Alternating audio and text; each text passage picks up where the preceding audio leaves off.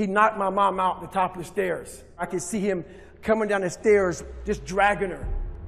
And she was kind of lifeless. And that's when I got off the couch, scared to death, jumped on my father, and he beat the shit out of me. We never went to school hardly at all because we were bruised up. He also believed in just us working the family business. So going to school really didn't happen for me at all. Not only did I take a backseat, I also had a learning disability. I'll never forget in 3rd grade, there was this teacher that was extremely rough on me. And at this time in my life, I did not need this. And she believed I needed to be in a special school because of my learning disability. And this is what I was talking about. People always talk about manage your expectations. This teacher managed my expectations.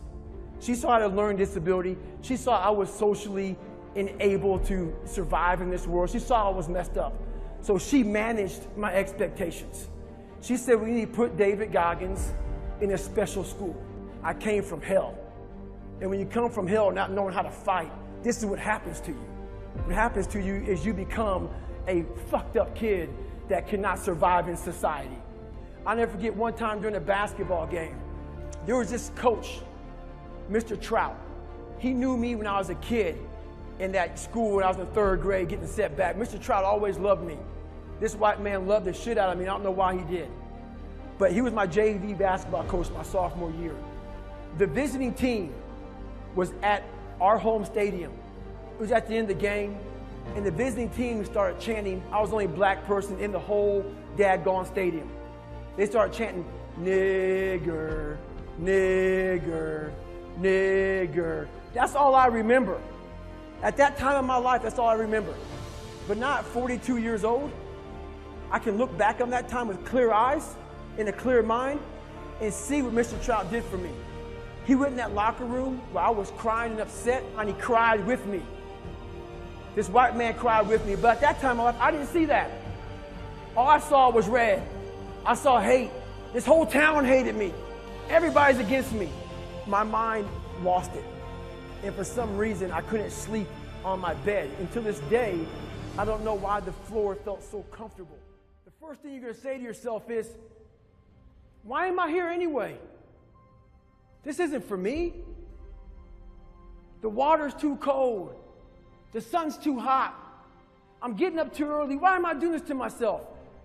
That's what the normal mind says. I had to start training my mind to think about, how the fuck can I get through this?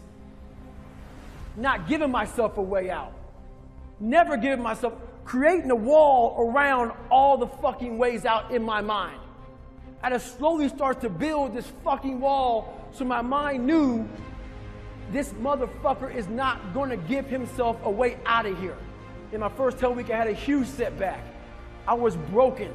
My legs were broken. I had double pneumonia. I got rolled back to day 1, week 1 of Navy SEAL training. I got through that second hell week. During the second hell week, I actually broke my knee.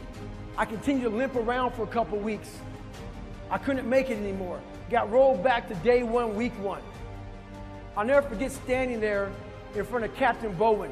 He was the CEO in charge of Navy SEAL training at the time. And he had no mercy on anybody. If he believed in managing your expectations, I wouldn't be here today. He challenged me again. I was challenged my whole life, not by the mindset of managing expectations, by exceeding expectations, not by managing them. I'm standing there with crutches. I'm sitting in his office. He looks at me, he goes, Goggins, this is your last time. We're gonna put you through Navy SEAL training.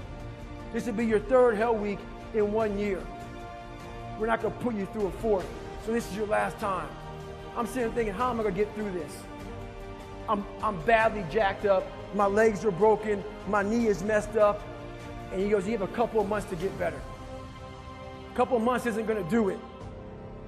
I won't get healed up in a couple of months. But I realized I'm gonna get through this shit. I'm gonna find a way to get through it, because why? I put barriers in my mind. So my 3rd hell week, I went in there with pretty much, I would put a black sock on first. I would get duct tape. And I duct taped my ankles all the way up to my calf every single morning. And then I put another black sock over it. And what that did, that prevented me from moving my ankle. So I didn't really, I wasn't flexing my shin as much. And I started running with just my hip flexors. In this Hell Week, it was a bad Hell Week. We had a guy die on Thursday morning of Hell Week. I went on to become a Navy SEAL. Greatness is not something that you meet once. It's something that you meet thousands of fucking times in your life. And you don't reach it if you're not constantly in constant fucking pursuit of fucking greatness. So if my mind were to say right now, I'm great, I just lost. We're going to grow. We're not going to triple down on our strengths. We're not going to do that crap. We're going to work on our weaknesses so we grow. We need friction to do that. Without friction, there's no growth. Without friction, there's confusion. Confusion is, David Goggins, how did you become who you are today? I put a bunch of fucking friction in my life. And I grew. That's how I did it. You know how you get mentally tough? It's a lifestyle. Instead of hitting that fucking snooze button in the fucking morning and not making your bed and not cleaning your house, you don't hit the snooze button. You get up. You don't want to go run, you go run. You don't want to go swim, you go swim. You don't want to make your bed, you make your bed. You don't want to clean your house, you clean your house. You don't want to study, you fucking study. That's how you start to callous your mind. So that became my life. If you say you're going to wake up at 4 o'clock in the fucking morning to go run, wake up at 4 o'clock it's going to suck. It's not going to be fun.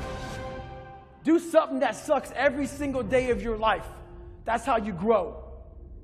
Embrace the suck.